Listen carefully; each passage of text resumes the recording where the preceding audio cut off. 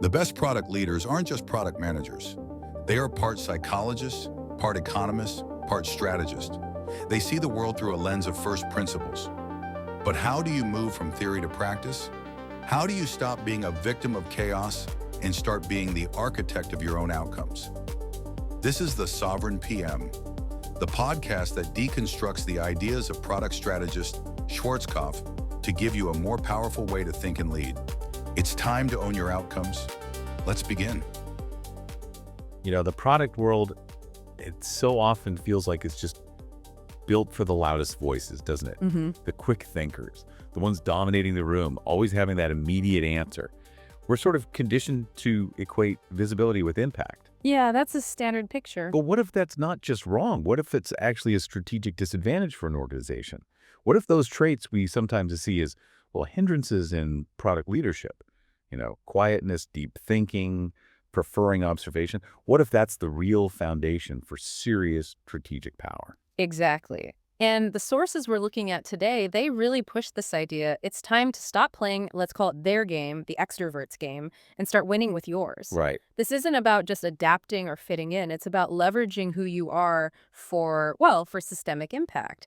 This deep dive is really for those product leaders who feel intuitively that there's more to influence than just being the loudest. That's exactly it. Yeah. And look, our mission today isn't about basic tips for new PMs. No.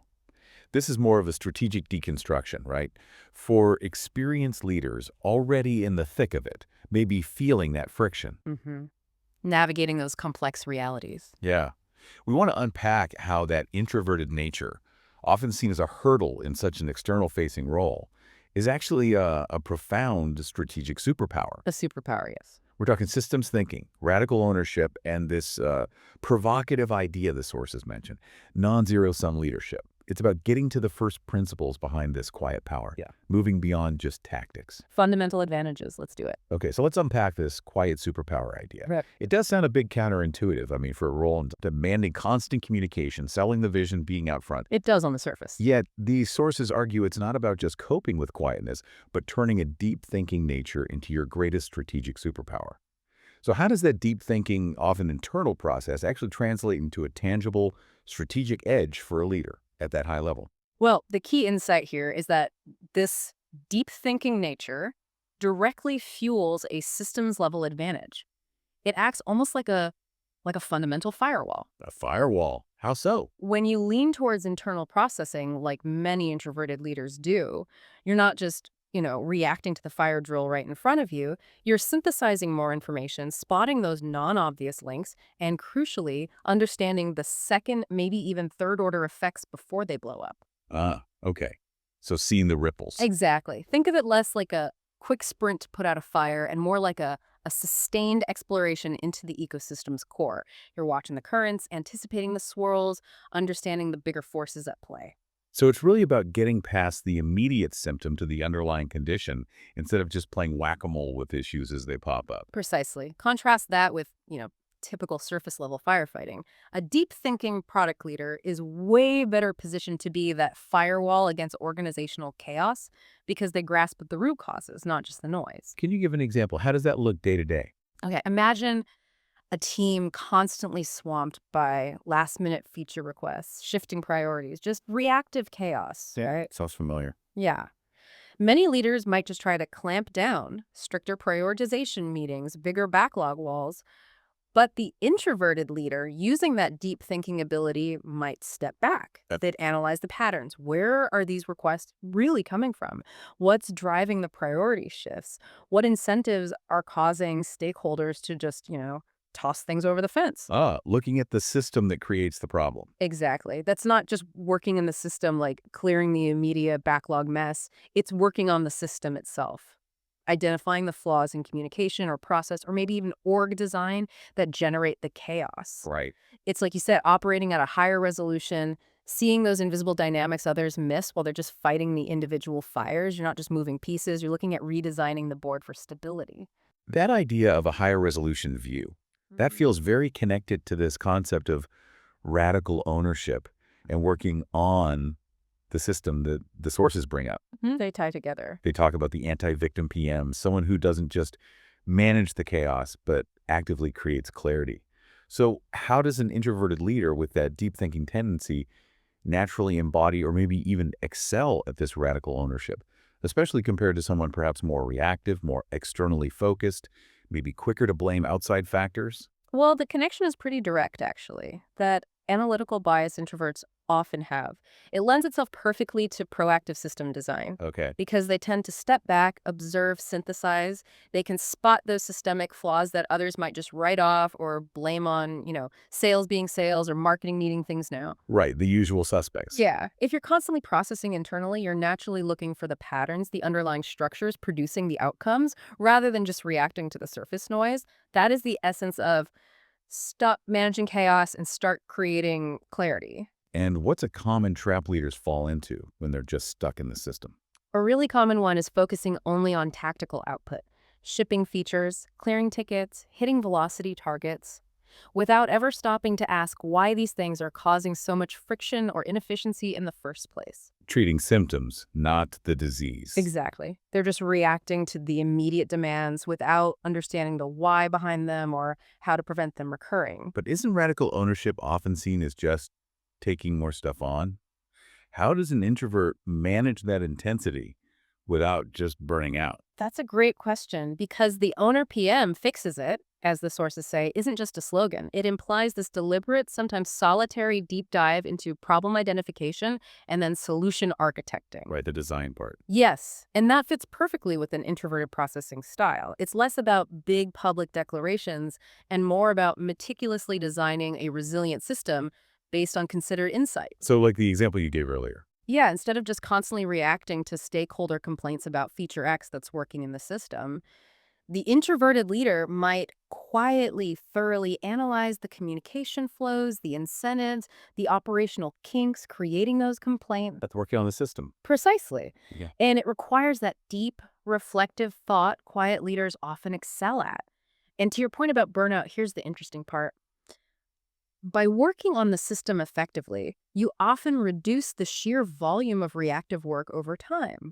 So it's an investment. It's strategic leverage. You invest energy up front in design and prevention, which ultimately frees up bandwidth and cuts down on that constant firefighting that drains everyone.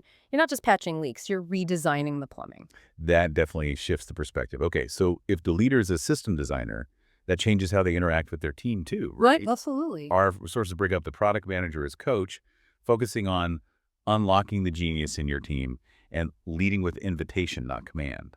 This really challenges that traditional CEO of the product model. It does, yeah. So how does an introverted leader who maybe doesn't naturally grab the spotlight or isn't the most outwardly directive, paradoxically become good at this unlocking geniuses thing through invitation? Well, what's really interesting is how leading with invitation plays directly into core introverted strengths. Think about it.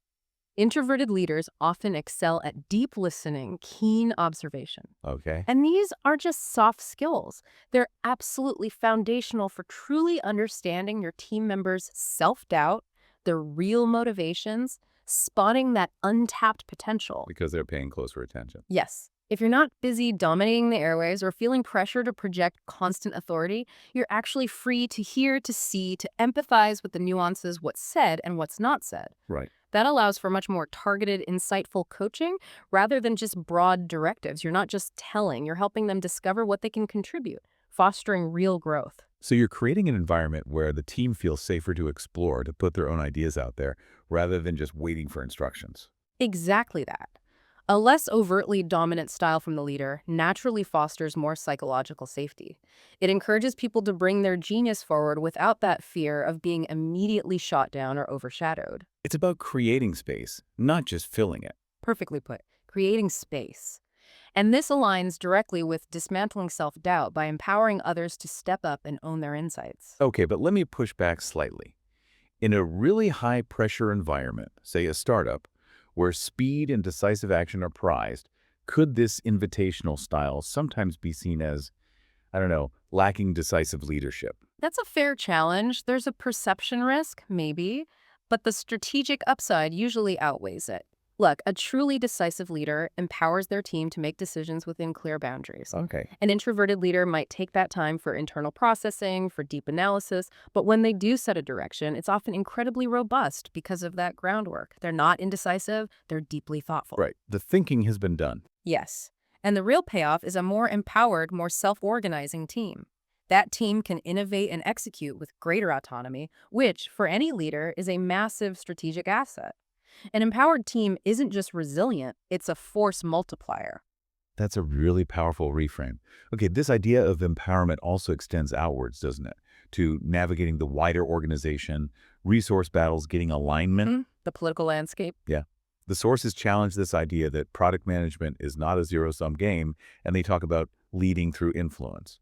Now, in a world that often feels very zero-sum, fierce competition for budget, for roadmap slots, how does an introverted leader leverage their quiet strength to actually grow the pie for everyone, not just fight for their slice?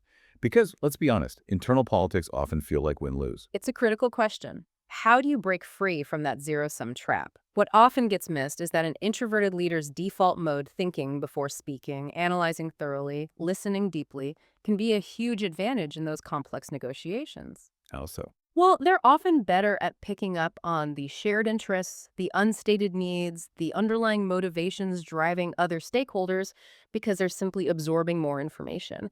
They're less likely to have those impulsive defensive reactions that escalate conflict. Less likely to get drawn into the heat of the moment. Exactly. They're more inclined to find solutions that could actually benefit multiple parties. It's not about avoiding conflict necessarily, but engaging with it strategically, thoughtfully, maybe even transforming it. So it's about really understanding the core drivers for other teams or departments and finding that common ground, not just digging your heels in transactionally. That sounds like it needs a certain humility, maybe strategic patience. That's exactly it. Think about the conceded territory tactic mentioned in the sources. Right. To do that, effectively strategically giving ground on smaller points to gain alignment on the big picture requires real foresight and a genuine willingness to find common ground. That fits perfectly with a thoughtful, collaborative approach, not an adversarial one. It's seeing the stakeholder isn't the enemy. Precisely. They just have different objectives, which, with careful thought, might actually be integrated with yours. So, for example, another team pushes for a feature that seems totally off your roadmap. A reactive leader might just shut it down. The default no. Right. An introverted leader, however, might ask, okay, what problem are you really trying to solve here? What's the underlying customer pain? Digging deeper. Yeah. They might uncover a shared customer segment or a systemic issue that, if you tackle it together, benefits both teams way more than if each just pursued their own narrow agenda. So you're expanding the potential value. Exactly. The goal shifts from just defending your roadmap to strategically expanding the overall value proposition for the whole organization. Creating new opportunities. That's a much higher level strategic win. And introverted leaders are often uniquely positioned for it because of that careful consideration, that listening, that nuanced influence. They're not just trying to win a battle, they're trying to shape the entire campaign. Okay, so bringing this all home, this quiet superpower, it's really not just a personality trait. It's a fundamental strategic differentiator for product leaders operating at that higher level. A differentiator. It enables that systems level view, getting you past symptoms to root causes. Yeah. It fosters genuine ownership by empowering you to work on the system, not just react in it. Right. Designing, not just doing. It helps cultivate genius in your team through coaching, through invitation, rooted in empathy, not just command. And crucially, it helps expand organizational value through non-zero-sum thinking, getting beyond internal competition to actually grow the whole pie. Yeah. It really is about leveraging your authentic self for profound impact. Not just surviving, but achieving strategic success on your own terms. And maybe if we connect that to the bigger picture, it leaves us with a pretty important question for everyone listening. In a world that still, let's face it, often defaults to valuing extroverted leadership styles, are you, as a product leader, truly leveraging your own intrinsic strengths, whether you identify as introverted or not? Are you actively working on your system? Or are you maybe still playing a game that was designed for someone else, leaving your authentic advantage, your real strategic power, unused on the table? That is a powerful thought to sit with. especially navigating today's complex organizations. We definitely invite you, the listener, to reflect on your own style, maybe your organization's biases. How have you seen unique natures turned into strategic advantages? Or how do you do it yourself? Yeah, we'd love to hear those stories. Share your experiences, your insights. Find us on LinkedIn, drop comments. Tell us how you're working on this system, not just in it. And that brings us to the end of this debrief. Our goal is to give you not just ideas, but a more powerful way to think. If you found value in this discussion, the best way to support this work is to give this episode a thumbs up and subscribe to the channel so you never miss a future session. And if you know a fellow product leader who is wrestling with these same challenges, feel free to share this episode with them. As always, you can find the link to the original, in-depth article by Karsten Schwarzkopf directly in the description below. Thank you for your time and your attention. Stay sovereign.